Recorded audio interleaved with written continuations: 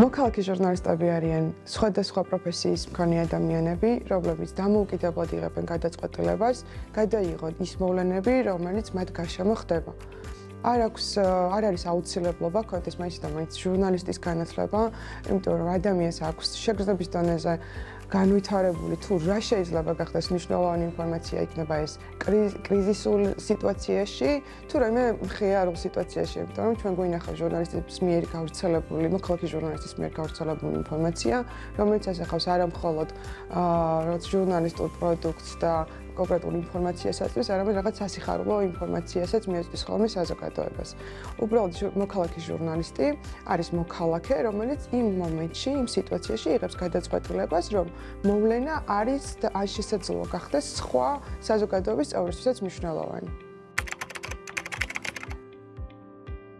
როდესაც სხვადასხვა ცხელი წერტილი ჩნდება სახელმწიფოში, ჟურნალისტებს უჭირთ ყველა წერტილში დროულად მისვლა და გაშუქება შემთხვევების, ამიტომ საჭიროა მოქალაქეებმა გავეცნობიეროთ თუ რა ხელმისაწვდომობა შეიძლება მიენიჭოს შემთხვევის ადგილას მოქალაქის მიერ გადაღებულ ფოტო და ვიდეო მასალას. ასეთი მოვლენები შეიძლება იყოს დემონსტრაციები, ან წინასაარჩევნო გარემო, ან უშუალოდ არჩევნების დღე. რეგიონების შემთხვევაში წინასაარჩევნო პერიოდში აქტიურდება ხოლმე მოსყიდვების ფაქტები, სადაც წარმოუდგენელია წინასწარ განსაზღვროს ჟურნალისტმა თუ საიდ უნდა მივიდეს, რა უნდა გადაიღოს, რა დროსაც ეს მნიშვნელოვანი მასალა იკარგება ხოლმე.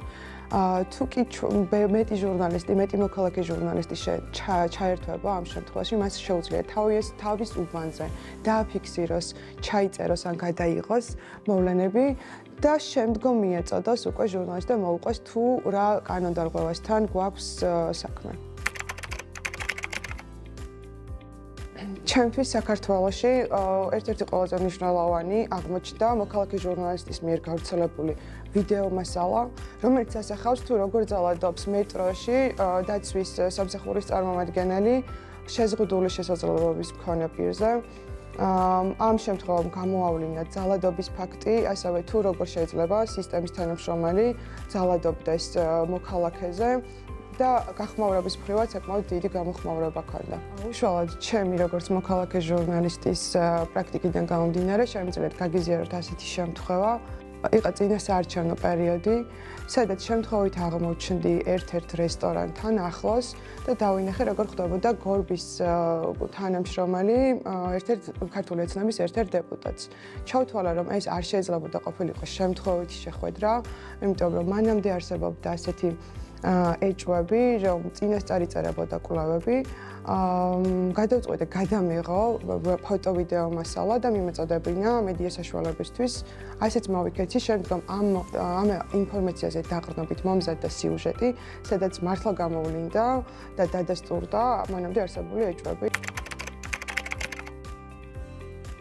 ჟურნალისტებს გააჩნიათ თავიანთი სტანდარტები, თავიანთი ეთიკა, თავიანთი რედაქციული პოლიტიკა, რომელსაც ხელმძღვანელობენ. მოქალაქე ჟურნალისტი ბევრად უფრო თავისუფალია მის გადაწყვეტილებაში გააშუქოს და გაავრცელოს ინფორმაცია, რადგან არ დგას მის წინაშე სარედაქციო პოლიტიკა. ძალიან მნიშვნელოვანია მოქალაქე ჟურნალისტმა იფიქროს პირველ რიგში თავის უსაფრთხოებაზე და შემდგომ დაიწყოს ან განსაზღვროს ან გადაწონოს, ასე ვთქვათ, მისი უსაფრთხოება თუ ფოტო-ვიდეო მასალის გადაღება, იმიტომ რომ საკმაოდ საფრთხის შემცველი შეიძლება აღმოჩნდეს მისთვის. საჭიროა მხოლოდ კრიტიკული აზროვნების უნარი, რომ შეხედო გარემოს, დაინახო ის ანომალიები, რაც გარშემო არსებობს, გარემოსთვის არადამახასიათებელი მოვლენები და გადაწყვიტო, უბრალოდ მიიღო საკუთარ თავთან გადაწყვეტილება, რომ ბევრად მეტი გააკეთო, ვიდრე უბრალოდ იყო ფაქტის შემსწრე ან მოწმე. ჟურნალისტური პრაქტიკიდან გამომდინარე, რადგან თვითონ ჟურნალისტებსაც უწევთ მუშაობა ველზე, საჭირო ხდება ხოლმე მედია პროდუქტის სწრაფად მომზადება და გავრცელება, რისთვისაც არსებობს აპლიკაციები და მათ გაგიზიარებთ კომენტარების ველში. ასევე არსებობს უსაფრთხოების დასაცავად აპლიკაციები, რომლებიც ასევე დაგხვდებათ თუ კი მოინახულობთ კომენტარების ველს. ჩემი პრაქტიკიდან გამომდინარე, ერთ-ერთი ყველაზე მნიშვნელოვანი, რაც შემიძლია რომ გირჩიოთ, თან ატარეთ ტელეფონები დაკიდებულ მდგომარეობაში, კამერით შეტრიალებული ხალხისკენ და მომზადებული გქონდეთ live რეჟიმი, რომელსაც უბრალოდ გააქტიურება გაჭირდება 1 წამი და ჩამოიკიდეთ გულზე. ხშირად ისე ხდება ხოლმე, რომ უშუალოდ მიშვერილი ტელეფონის შემთხვევაშიც აგრესიულები ხდებიან ხოლმე სამართალდამცავები, ამიტომ ამ უსაფრთხოებისთვის უბრალოდ გულზე დაკიდებული ტელეფონით შეგვიძლია live რეჟიმში ვაწარმოოთ გადაღება კონფლიქტური სიტუაციებისას. ეს თქვენი უსაფრთხოებისთვისაც ძალიან მნიშვნელოვანია.